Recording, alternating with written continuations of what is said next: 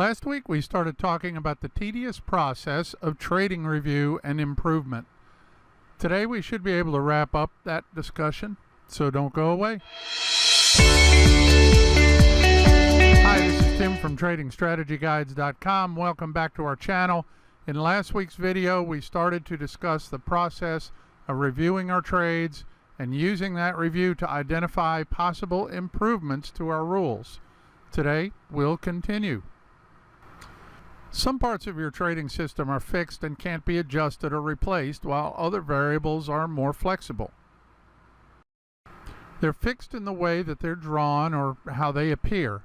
For example, a fixed element would be support and resistance levels or supply and demand areas. Basically, all the things that complement your strategy and are completely essential for what you're trying to achieve is a fixed element. The variable elements of your trading strategy are the things around the fixed elements that help you spot a trading opportunity. One example of variable elements are your indicators. You can adjust the settings to see what works best for your system. For our strategy, we use the stochastic indicator, which is a momentum indicator.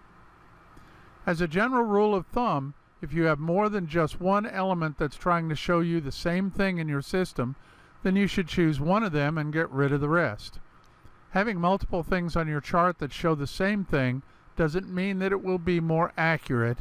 Instead, you'll just have a lot of conflicting signals. You need to play with your strategy and tweak and upgrade your trading system slowly, one step at a time. If you're using the stochastic indicator, you need to test it with different settings to see which works better. If you're using a specific candlestick pattern or price action setup for your entry, you can test different variations of that setup.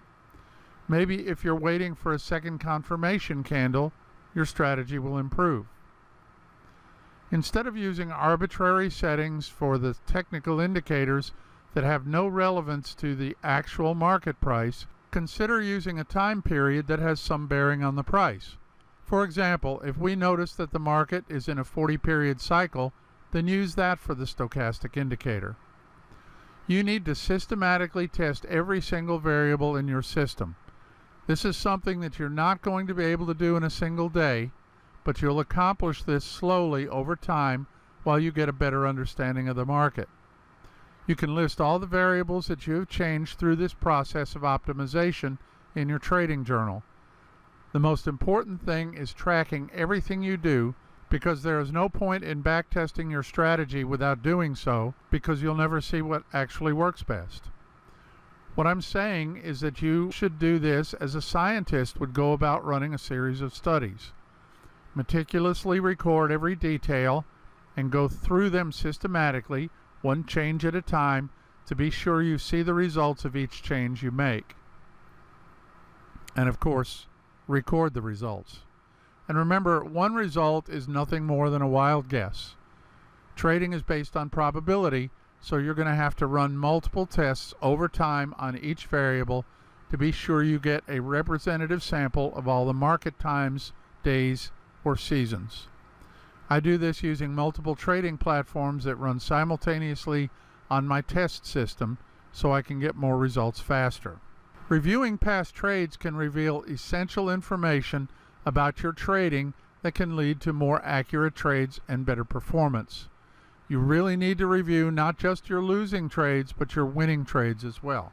Reviewing your losses and comparing it to your strategy will help you to know whether or not the problem is really with your strategy or if you're just negatively impacted by a shift in the market.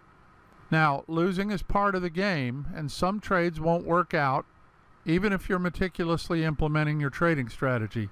So you need to distinguish between losing trades caused by human error and normal losing trades caused by your strategy just not performing well in that particular market situation. You really have to look at your trades and understand the market for what it is, and then determine whether or not you really made an error or not.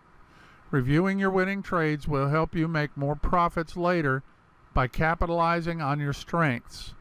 What you need to do is to build on good habits and trade only those setups that have proven in the past to generate the most profits. And remember, most trading is seasonal. For example, right now it's summer in the Northern Hemisphere, and I've taken an abnormal number of losses with my personal strategy. I've reviewed this strategy over the past few years and have realized that I go through a drawdown beginning mid-June-ish and ending mid-September-ish. But even during that time, I had some pretty big winners. I'm currently analyzing my strategy to see if I can change it to allow me to get those winning trades and avoid those whippy losers. In any case, I'm reducing my trade size during that time to lessen the impact of the summer trade conditions. Of course, all of this comes down to documenting all your trades in detail to be able to review them. This is another reason why a trading journal is important to your development as a trader. It's also the reason why I screenshot all my trades at the crucial times. Basically, when I identify the setup, when it triggers a buy or a sell signal, when it hits the target, or when it hits either the full stop or the trailing stop. I hope this video motivates you to look through your past trades because it will help you spot your good trades, the parts of your strategy that need improvement, the type of trades you should take more often, and the type of trades you should avoid. A lot of novice traders jump from trading system to trading system. You're never going to be a profitable trader if you're going to do that.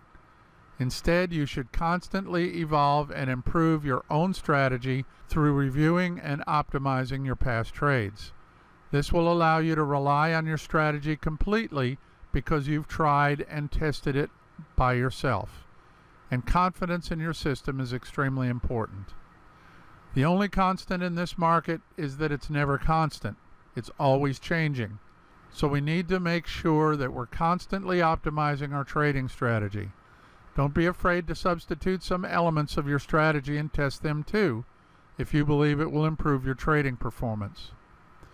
It might sound like a lot of work, but trading is a job with lots of big money at stake, so you need to think like a professional and put in the hard work to achieve your goals. And that's it for today's video. Come back for my videos on Monday, Wednesday, and Friday at 3 p.m. New York time.